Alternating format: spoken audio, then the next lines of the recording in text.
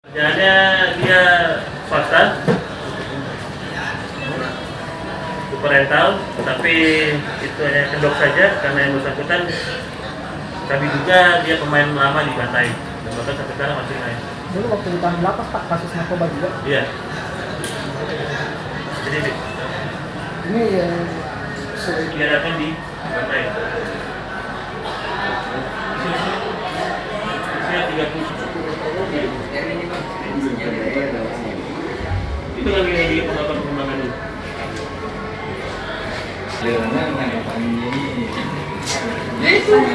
Oh ini serius?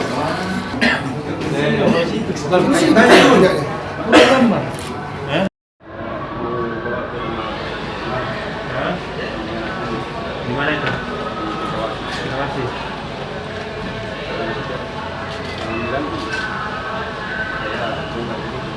Pengambil bukan di situ. Ini untuk dijual di mana? Di Bantai.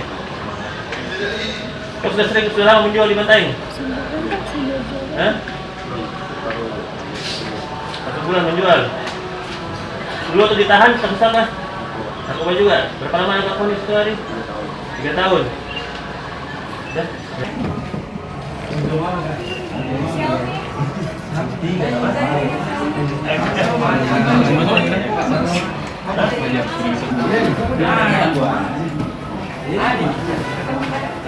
Tanya ilasnya bawah. Iya.